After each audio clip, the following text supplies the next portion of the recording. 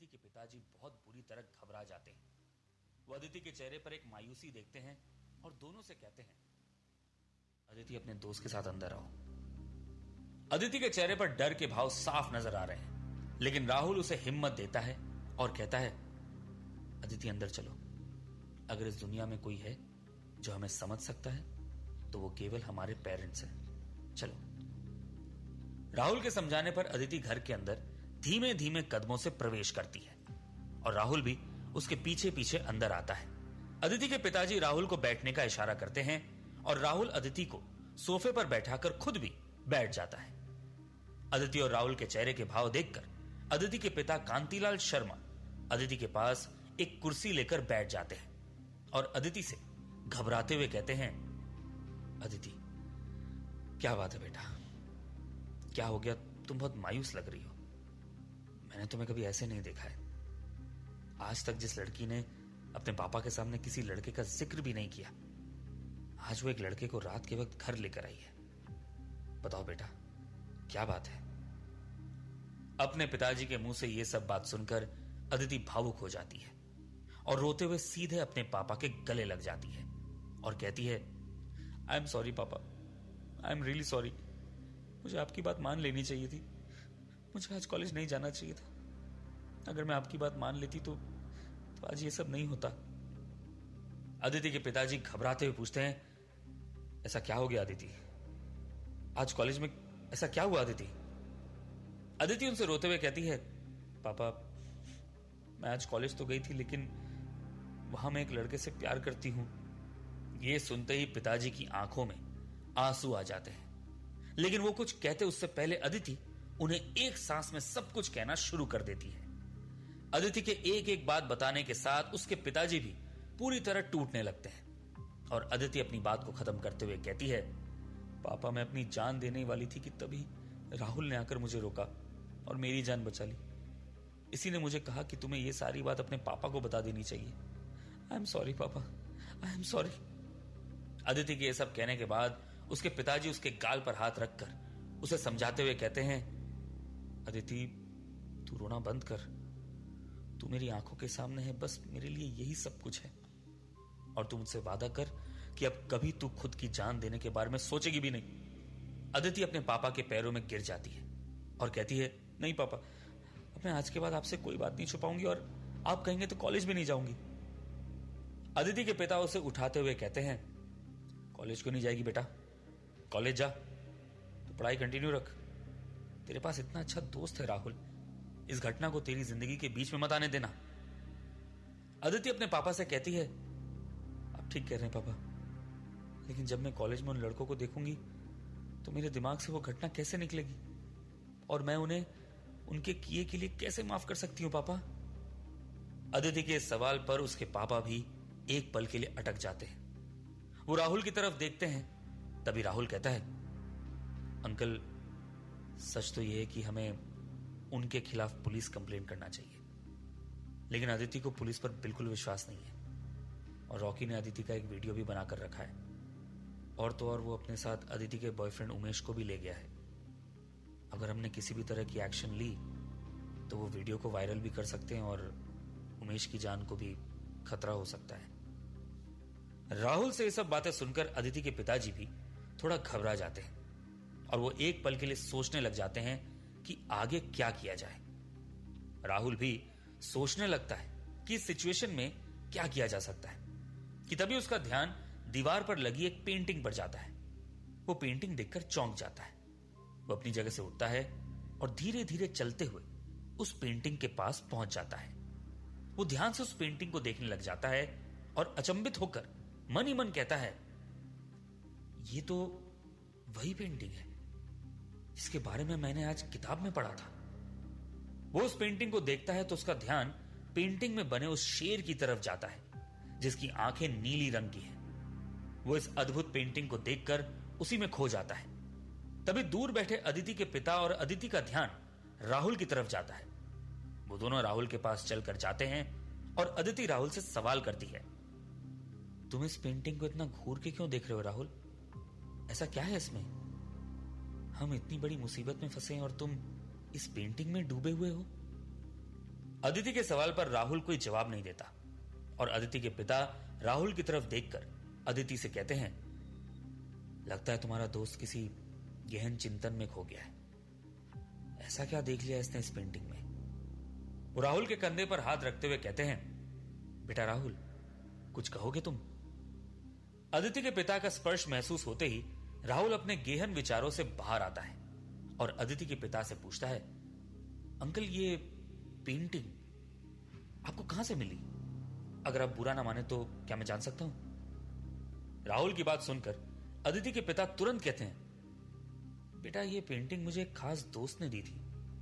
वो ही मेरा इकलौता दोस्त था और उसके अलावा मैंने कभी किसी को दोस्त नहीं बनाया। अदिति ये सब सुनकर थोड़ा हैरान हो जाती है। उसे समझ नहीं आता कि अचानक ये पेंटिंग की बात कैसे शुरू हो गई। राहुल उसकी तरफ देखता है और उसे महसूस होता है कि उसकी जिज्ञासा के कारण वो अदिति और अंकल से दूर चला आया था। वो अंकल से तुरंत पूछता है, अंकल आप बताइए, अदिति जिस सिचुएशन में है उस सिचुएशन में हम सिवाय शांत रहने के कुछ कर सकते हैं? अंकल तुरंत कहते हैं, बेटा इस सिचुएशन में क्या करना है ये तो अदिति का निर्णय है। अगर वो चाहे तो इस हादसे को भुलाकर एक नई जिंदगी शुरू कर सकती है और अगर वो चाहे तो प्रतिशोध ले सकती है उन आवारा लड़कों से जिन्होंने उसे छूने की हिम्मत की। राहुल अदिति की तरफ देखता है और पूछता है, बोलो अदिति, क्या फैसला है तुम्हारा? डर डर कर जीना चाहती हो या पापियों को खत्म करना चाहती हो? अदिति पहले अपने पिता को देखती है और फिर राहुल की तरफ देखती है, लेकिन अपना फैसला नहीं सुनाती।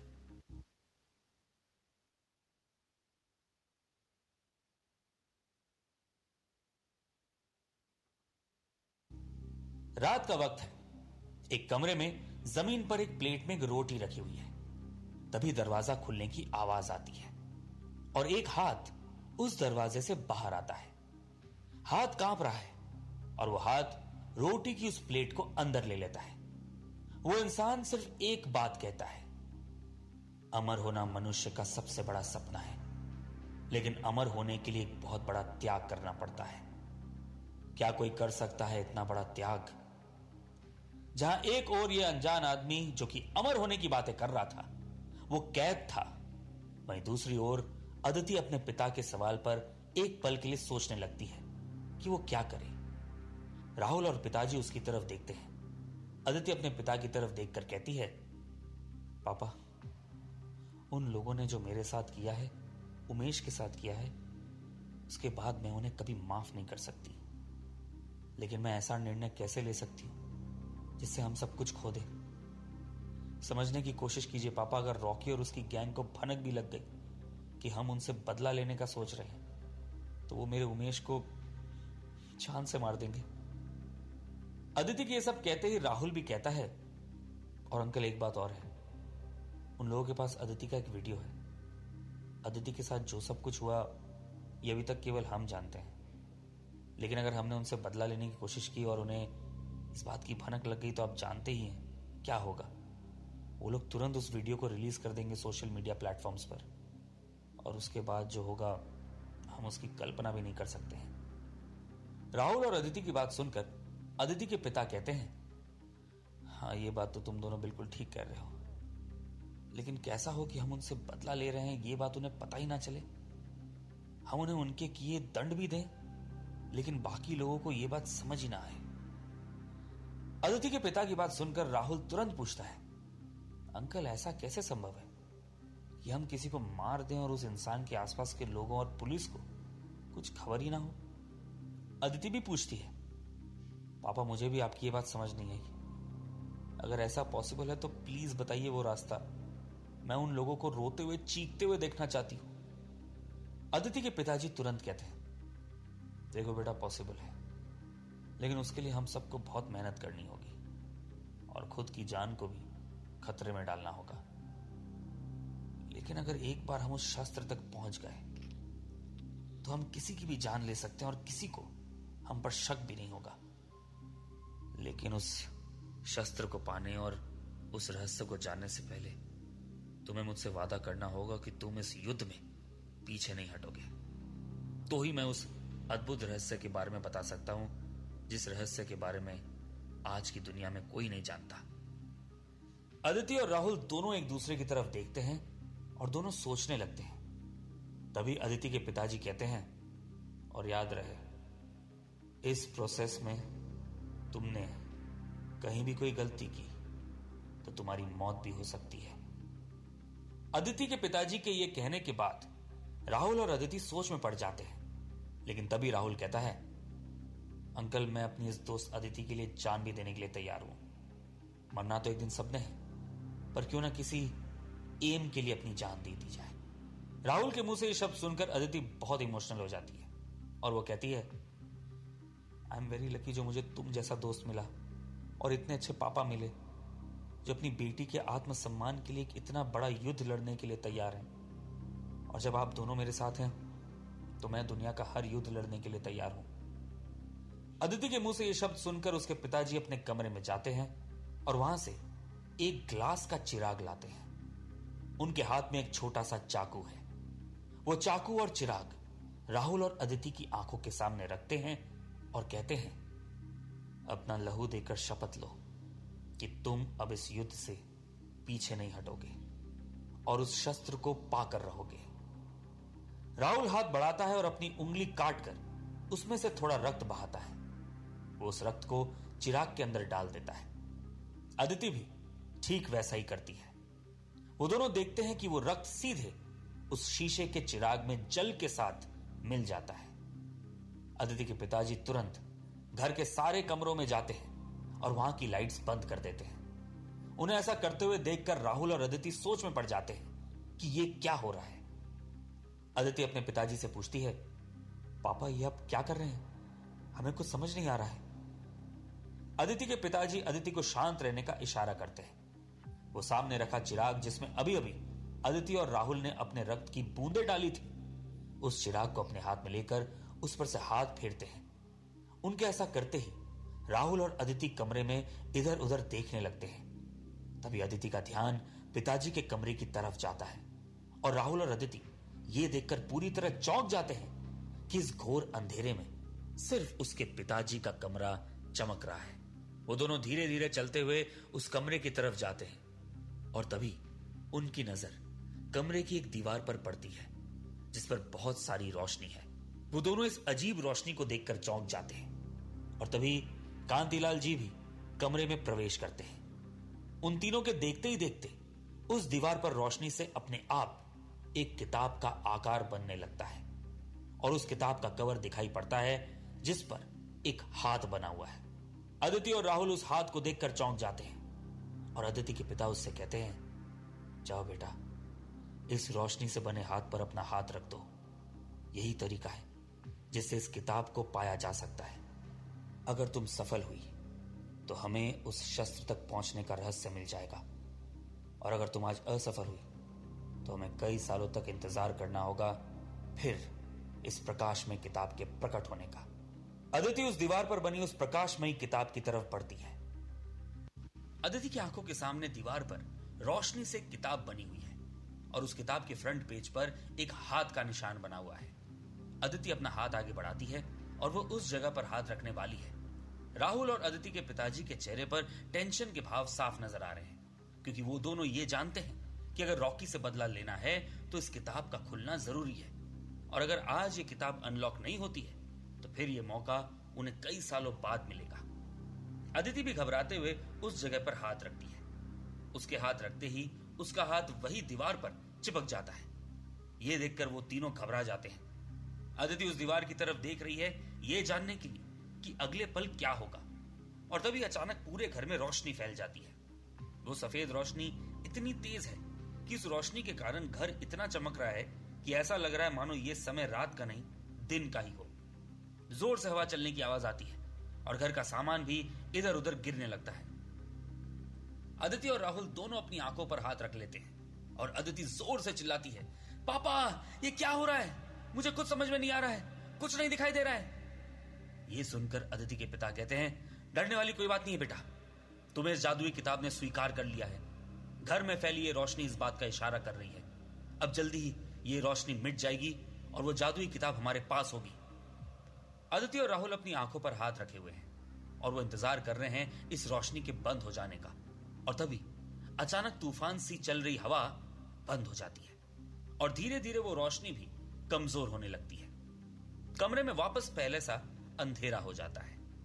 अदिति के पिताजी अदिति और राहुल से कहते हैं, आप दोनों अब अपनी आंख पर से हाथ हटा सकते हैं। राहुल और अदिति हाथ हटाते हैं और धीरे से अपनी आंखें खोलते हैं। उनके सामने का नजारा देखकर उनके पैरों तले जमीन खिसक जाती है।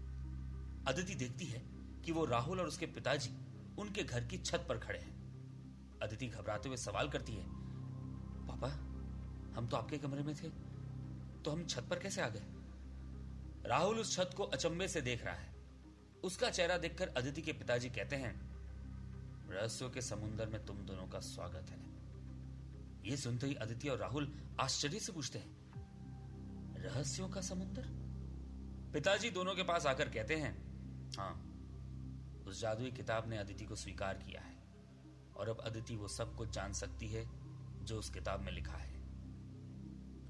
राहुल, जो कि कंफ्यूज खड़ा है, वो सवाल करता है, अंकल, आपको कहां दिख रही है किताब? मुझे तो कोई किताब नहीं दिख रही है और हमें वो अद्भुत शस्त्र कैसे मिलेगा?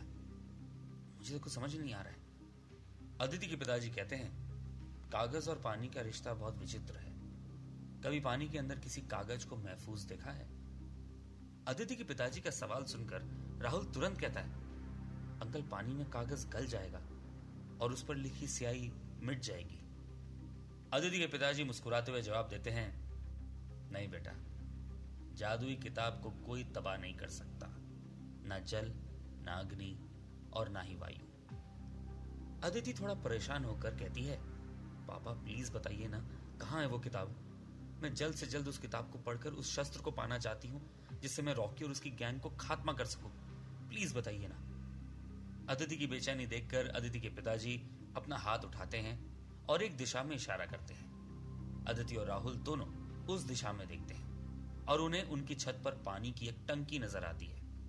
वो दोनों पहले तो एक दूसरे को देखते हैं और फिर तुरंत चलकर उस तरफ बढ़ते हैं। वहां पहुंचती ही अदिति राहुल से पूछती है, क्या तुम भी वही सोच रहे हो जो मैं सोच रही हूं? राहुल कहता है, शायद हाँ।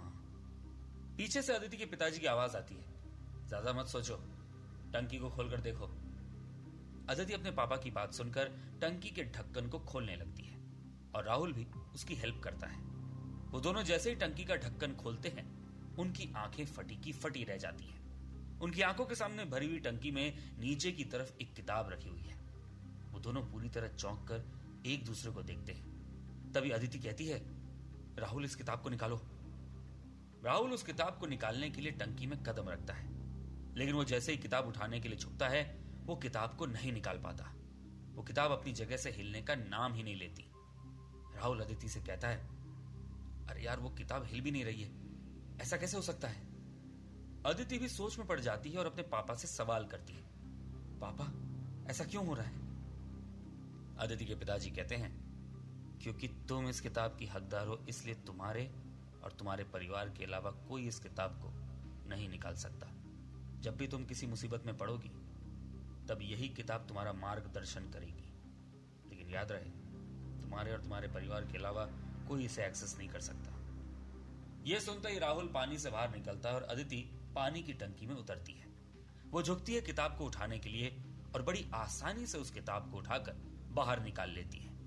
वो किताब राहुल को दे रही होती है कि तभी उसके पिताजी आगे आ जाते हैं और वो किताब अपने पास में ले लेते हैं। उनके चेहरे पर एक अजीब सी खुशी होती है। राहुल हाथ देखकर अदिति को पानी से बाहर निकालता है, लेकिन वो लगातार सिर्फ अदिति के पिताजी के चेहरे की तरफ देख रहा है।